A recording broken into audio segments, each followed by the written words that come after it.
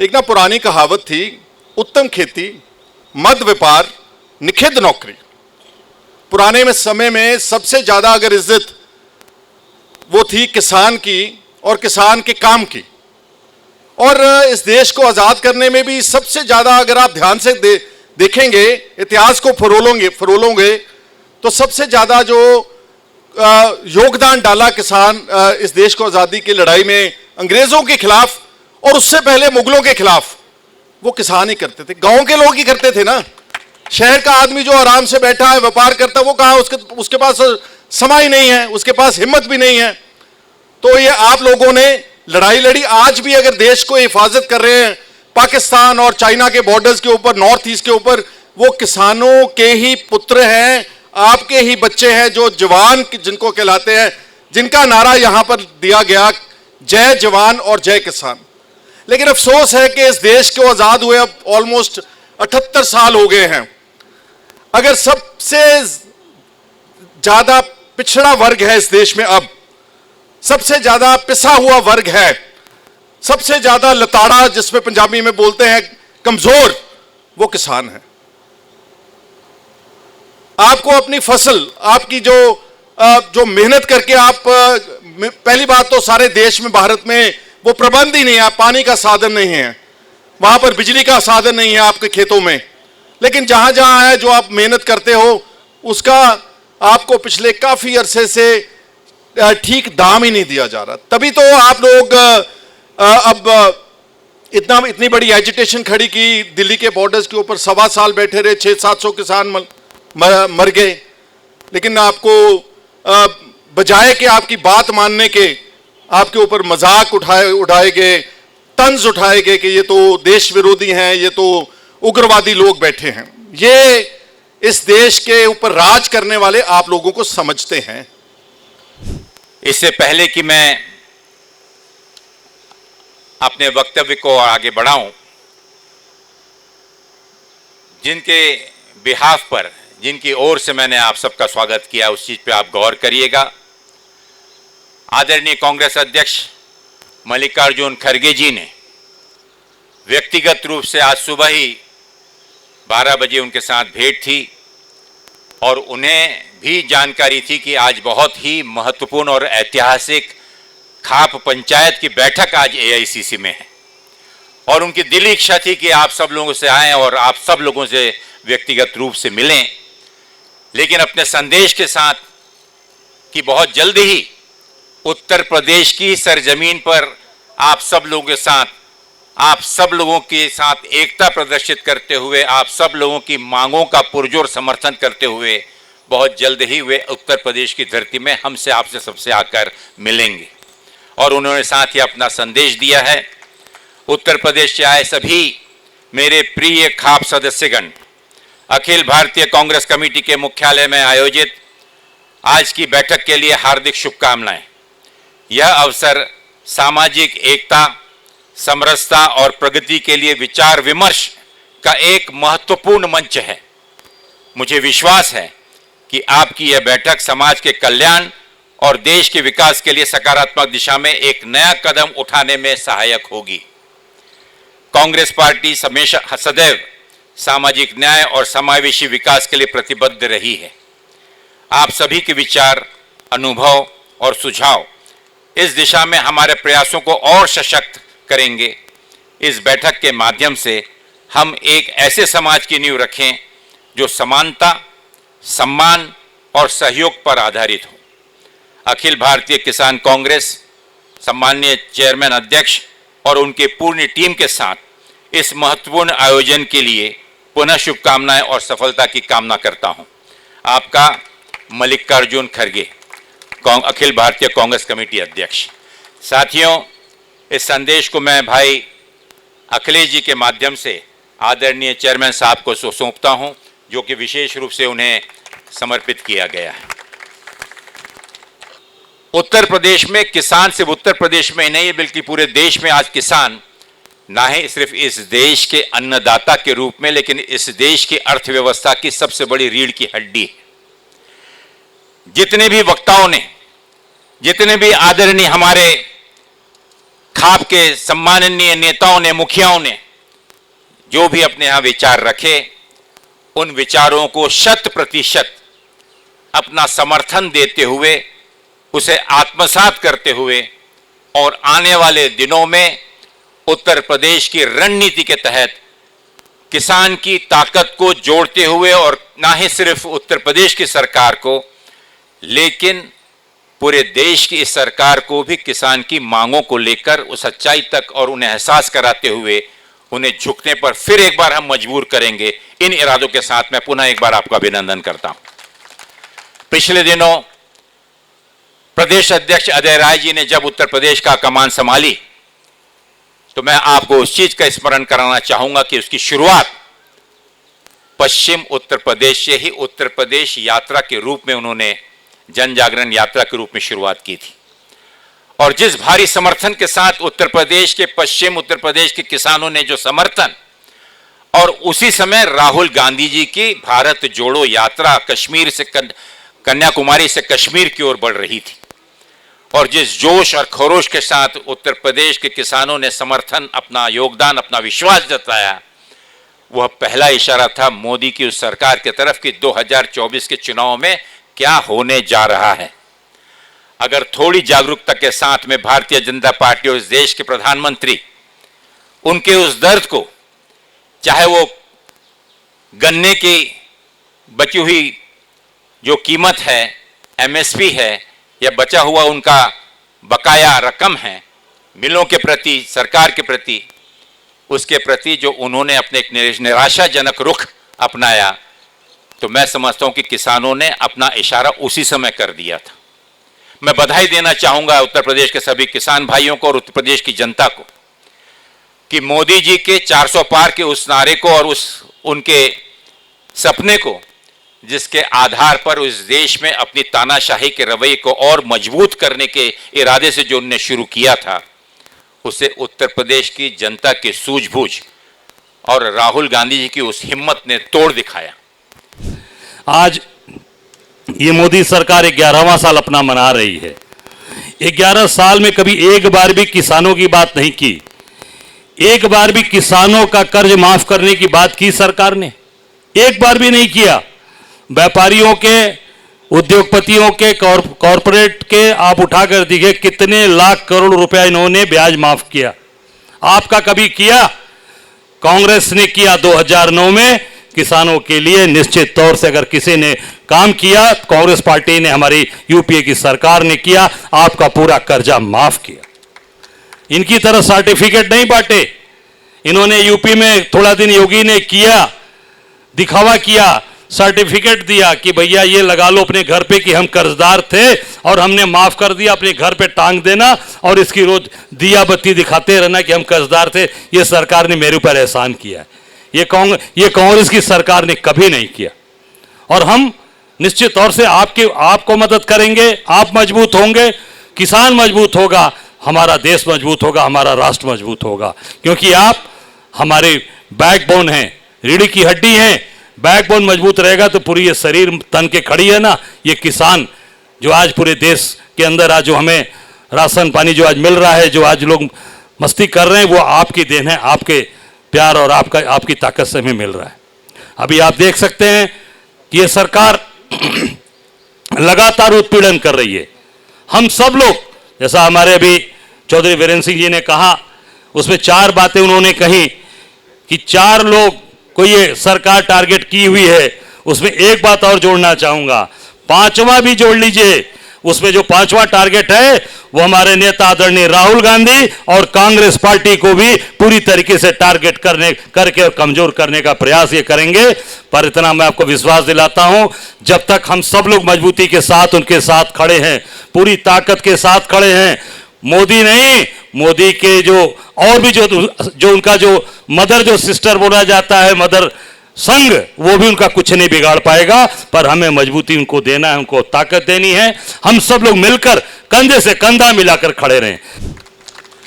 सवाल ये है कि पिछले कुछ समय में 2020 में 19-20 में आप लोगों ने ताकत दिखाई और मोदी के खिलाफ, प्रधानमंत्री मोदी की डिक्टेटरशिप के खिलाफ सबसे बड़ा आंदोलन किसानों का ही हुआ। इस बारे में पूरा देश जानता है, हर बच्चा जानता है, और वो झुके नहीं। अभी चौधरी साहब शुरू में बोल रहे थे तो उससे मुझे बात याद आ गई कि कैसे उस आंदोलन के अंदर लोग सोच रहे थे कि 15 दिन में 20 दिन में निपट जाएगा, कहाँ तक खाने को आएगा, कैसे लोग बैठेंगे। तो मुझे याद है गाजीपुर बॉर्डर पे भी लोग बैठे थे और वहाँ पे जी टीवी की एक रिपोर्टर एक बहुत बुजुर्ग से, वो सिख किसान थे, होंगे 70-75 साल के, उनके पास माइक लगा दिया कि बताइए यहाँ पे कितने दिन तक खाना खिला पाएंगे, कितने दिन तक लंगर चलेगा। तो उनका जवाब मुझे याद है कि ये बाबा नानक की फौज है, 550 साल से चल रहा है लंगर, आगे कब तक चलेगा वही जाने। और वही हुआ। इस देश के किसानों ने मोदी जी को घुटने टेकने पर मजबूर किया था। वो नेशनल चैनल पर आए थे, उन्होंने वायदा किया था कि किसान कानून, काले कानून वापस लेंगे, और उसके बाद चिट्ठी लिखकर आप सबसे वायदा किया था कि उन कानूनों पे चर्चा होगी और आपकी मांगे मानी जाएंगी। ये ऐसे प्रधानमंत्री हैं, लिखकर भूल गए। दिसंबर 21 की बात है, 3.5 साल हो गए, दोबारा चर्चा आपसे नहीं की। आपकी कौम वो कौम है जिसकी जबान की कीमत होती है। मुंह से बात बोल दी तो दुनिया इधर की उधर हो जाए। यह कहा जाता है पश्चिमी यूपी के जाट समाज के बारे में कि मुंह से बात निकल जाए तो वो हिल नहीं सकती। आज उस समाज को लिखी हुई बात पे धोखा इस देश के प्रधानमंत्री ने दिया है। कि जितना मेरा राजनीतिक अनुभव है, मैंने ये देखा है कि चौधरी जहां वोट डालते हैं सरकार वहीं बनती है। वो चाहे उत्तर प्रदेश हो, चाहे वो हरियाणा हो, या फिर देश का चुनाव हो। तो चौधरी साहब यहाँ आए हैं, नतमस्तक होकर हम आपका स्वागत करते हैं। और जो दूसरी बात कहना चाहता हूँ, उसी से जुड़ी बात कहना चाहता हूँ। मेरे पहले भी दूसरे वक्ताओं ने ये बात कही कि 2024 के पहले भी आंदोलन चल रहा था और आप सब एकत्रित होकर यहाँ राष्ट्रीय धरने पर तो बैठे थे, पश्चिम उत्तर प्रदेश में भी आप अपनी लड़ाई लड़ रहे थे और आपका एक नेता था। लेकिन इससे पहले कि आपको पता होता, आपके साथ धोखा हो गया। एक बात यहां खड़े होकर मैं कह सकता हूं, सपल जी ने भी वो बात कही कि यहां जो हमारा नेता है वो सब होगा, आपके साथ धोखा कभी नहीं होगा। उनकी बात पत्थर की लकीर होती है। और आप देखें, आप अपनी लड़ाई किसी और के नेतृत्व में लड़ रहे थे, लेकिन वो फिर भी हमारे मैनिफेस्टो के माध्यम से वो आपकी ही लड़ाई लड़ रहे थे। वो आपके एमएसपी की गारंटी की बात कर रहे थे, आपके साथ न्याय की बात कर रहे थे। तो मैं ये कहूँगा कि संगठित रहिएगा, एकत्रित रहिएगा, धोखा मत खाइएगा, गुमराह मत होइएगा। और तीसरी बात जो कहना चाहता हूँ कि हम सब ठगे गए हैं। संयोग है ये कि आज ये सरकार अपना 11वां साल मना रही है, आज ही के दिन। और शायद ये बात हमें भविष्य में याद रहेगी, आज ही आप यहाँ आए हो। 11 साल सरकार मना रही है, अपना उत्सव मना रही है, छाती पीट पीट कर अपनी उपलब्धियों के बारे में बखान करेगी।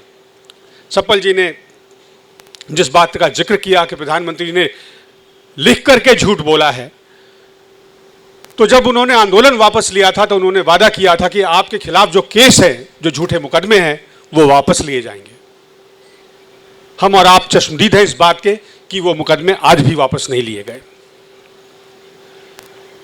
और जिस एमएसपी की बात थी, अभी 10 दिन पहले एमएसपी को जो है सरकार ने फिर से घोषित किया है। कहाँ तो वादा था कि CO2 प्लस 50% देने की बात थी कि इनपुट कॉस्ट हो, जो लागत लगेगा, फैमिली लेबर हो, और प्लस जो ज़मीन का किराया है, लैंड रेंट है, वो सब जोड़कर उसके ऊपर 50% मुनाफा वो जोड़ा जाएगा। हम सब जानते हैं कि ऐसा कुछ नहीं हुआ। खाप पंचायत हमारे समाज की वह प्राचीन प्रथा है, संस्था है जिसने सदियों से सामाजिक न्याय, भाईचारे और परंपराओं की रक्षा की है। आज जब समाज अनेकों चुनौतियों से जूझ रहा है, चाहे वो हमारे युवाओं की दशा हो, महिलाओं की सुरक्षा हो, शिक्षा की बात हो, आधुनिकता का अभाव हो या उसका प्रभाव हो, वहाँ आप खाप के सभी शीर्ष लोगों की एक अहम भूमिका आ जाती है। हमारा समाज कृषि प्रधान है। खेल, हल, बैल, किसान हमारे जीवन की रीढ़ है। खाप पंचायत सिर्फ परंपराओं की रक्षक नहीं है, बल्कि ये किसानों की समस्याओं का भी समाधान करती है और उनके लिए पुरजोर लड़ती रहती है। गांव मजबूत होगा तो देश मजबूत होगा, किसान खुशहाल होगा तो भारत समृद्ध होगा। खाप पंचायत यदि किसानों की आवाज बन जाए तो कोई भी सरकार हमारी मांगों को नजरअंदाज नहीं कर सकती और कोई भी सरकार हमें झुका नहीं सकती। पश्चिमी सीमाओं पे जब आक्रमण हुए तब की बात सबने सुनी होगी। 1857 में सर्वखाप का क्या योगदान रहा है, यह भी सबने सुना है। उत्तर प्रदेश के प्रमुख खाप जिन्होंने 1857 में एक युद्ध लड़ा, मान खाप, आप यहाँ उपस्थित हैं सारे लोग। मान खाप, हटाना खाप, 307 स्वर खाप, बतीसा चौधरी थांबा, 7.5 थांबा, 5 गांव थांबा, पवार खाप, राठी खाप, तालियान खाप, चौबीसा खाप, उज्जवल खाप, लाटर खाप, बालियान खाप, सहरावत खाप, थांबेदार राठी खाप, मेहदी पान खाप, खोखर खाप, डबास खाप, युवा चौधरी देश खाप और जाखड़ खाप।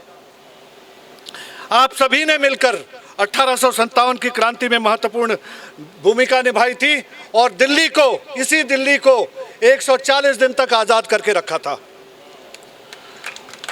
वर्तमान में आप सभी ने देखा होगा, पंजाब, हरियाणा, उत्तर प्रदेश और राजस्थान के खाप के सभी प्रमुख लोगों ने, किसान नेताओं ने मिलकर के जिस तरीके से सत्याग्रही तरीके से विरोध किया और 3 कृषि कानून को ध्वस्त करने में सरकार को मजबूर किया उसे वापस लेने के लिए, आज की सरकार कई राष्ट्रीय संपत्तियां निजी हाथों से बेच रही है, जिसका निर्माण भारत के प्रथम प्रधानमंत्री पंडित जवाहरलाल नेहरू जी ने अपने नेतृत्व में कराया था। इसमें सबसे प्रमुख थी बिजली विभाग, जो किसानों के लिए जीवन रेखा है। आज किसानों और सरकार के बीच का संघर्ष का कारण भी यही बिजली व्यवस्था का निजीकरण है। ऐसे समय में खाप पंचायतों की भूमिका फिर महत्वपूर्ण बन जाती है। इतिहास गवाह है, खाप पंचायत कभी भी किसी अन्यायकारी या किसान विरोधी सत्ता को पनपने नहीं देगी और उसके आगे नहीं झुकेगी। और जब मैं बीजेपी का मंत्री था तो चुनाव आया एक दिल्ली, बाहरी दिल्ली का, तो किसान आंदोलन पे बैठा था और किसान आंदोलन कर रहा था और मैं वहाँ बाहरी दिल्ली के लोगों से बात कर रहा था। तो मैंने कहा, आपका इस आंदोलन के प्रति क्या रुख है? कहने लगे, जी क्या बताएं, हम ये हरियाणा पंजाब से आके किसान बैठ गए। मैं सारी बात नहीं बताता, लेकिन मैं उनका रुख बताता हूँ कि कोई वजह नहीं है, तो रुख का पता लग गया। मैंने कहा, भाई जिस गांव में मैं बैठा था, मैंने कहा इस गांव में ज़मीन कितनी है? कहने लगे, जी हमारे गांव में 8000 एकड़ ज़मीन है। मैंने कहा, एक्वायर कितनी हो गई?